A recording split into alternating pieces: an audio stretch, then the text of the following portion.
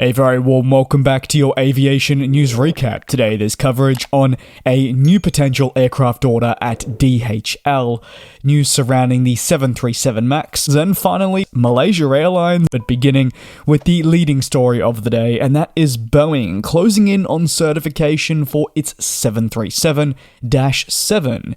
It does seem to be inching closer per exclusive reports unveiled by Reuters. April 2024 is when Southwest expects Boeing to obtain the certification for its smallest variant in the MAX series, the 737-7. Or at least, should I say, this is also what they are forecasting.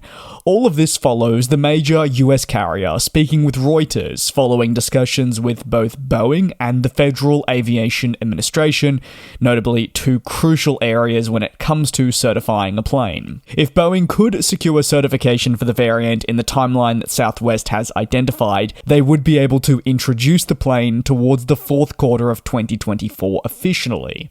Ultimately, the proposed timeframe is still a substantial delay on initial forecasts, but it would be a massive weight off the shoulders of the American plane maker. As don't forget, it isn't just the 737-7 that remains uncertified, they're also trying to get their largest member of the family, the 737-10, approved too. Delays to aircraft entering into service certainly isn't something we're not used to, although it is of a more heightened interest of late with so many planes set to enter the fray, but also being delayed. This is not just including Boeing-produced aircraft, but you could directly look towards the A321 XLR, and even the A350 freighter seeing delays themselves. Southwest's CEO spoke with Reuters and indicated that they will aim for a Q4 introduction on the April 2024 certification, per official planning. While Boeing is racing in the safest manner possible to get certification, Southwest executives say it could also come sooner than April 2024.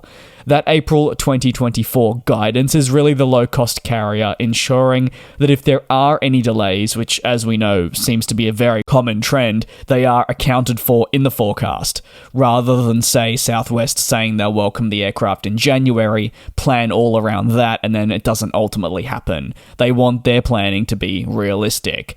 And per Boeing's latest forecasts, they're still shooting for approval before maybe year's end. If they were to do this, it gives them 40 days to secure the certification, with the potential of it very easily slipping into next year. The 737-7 is expected to seat 172 passengers in a standard cabin configuration. This is down from the 210 that the 737-8 does carry, but it is totally to be expected, given the 737-7 is around 4 meters shorter in length over the Dash 8. Currently, the Dash 7 has orders from several customers. Its largest one is Southwest, but away from them, Cirium data shows WestJet, Allegiant, and Luxair have all committed to the type. Speaking of aircraft and orders in place, DHL is reportedly considering a new deal for next-generation freighters from either Airbus or Boeing, and these reports come from the reputable Danny Lee of Bloomberg, who broke the story on the eve of the 2023 Dubai Air Show. As part of the next-generation fleet, DHL really has two options from either Airbus or Boeing that it could look to pursue. These include the A350 freighter from Airbus and the 777-8F from Boeing. These are two relatively new planes that have been announced. The A350F is expected to enter service before the 777-8F, and both will offer customers different capabilities, whether it is with the amount of tons that they're able to carry, the pallets and payload, or the range. While the A350F has an increased range over the 777-8, the 777-8F can carry a higher payload of 118.2 tons.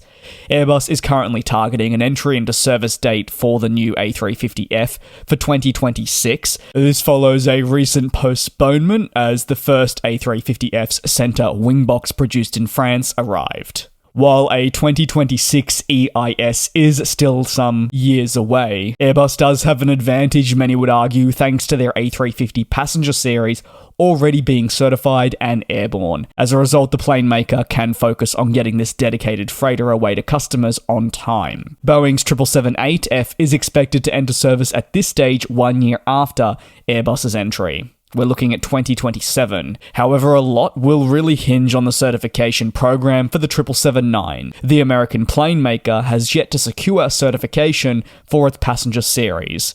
As a result, the two remaining variants, including your 777-8F, do remain unproduced, and there is a tad bit of uncertainty there. When the 777-9 does enter service, it will be deployed to carriers, in most cases, 5 years later than initially expected. Bloomberg says that DHL is currently in the preliminary stages of evaluating these two aircraft on offer to them. Following a very thorough evaluation process, DHL's chief said that they would look to move forward with an order for the next generation of freight aircraft. When that is, remains to be seen, but it will be very interesting to see in which direction they do choose to head, especially following a commitment for many 777-200LRs only earlier this year, with the intent for these to help replace existing 747 freighters that are beginning to age.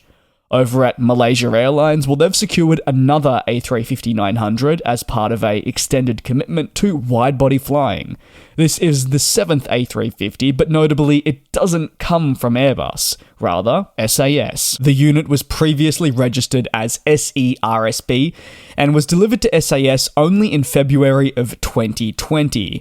However, the aircraft would ultimately be stored towards the back end of 2022 before being acquired by JP Lease and then deployed to Malaysia Airlines. SAS, as you may recall, has faced significant financial woes recently, and as a result, has had to find means to reduce areas of the business that will see costs cut. Because of this, the fleet was inspected under a fine microscope, and your Airbus A350s were put on the chopping board as the airline fights to try and emerge more sustainably.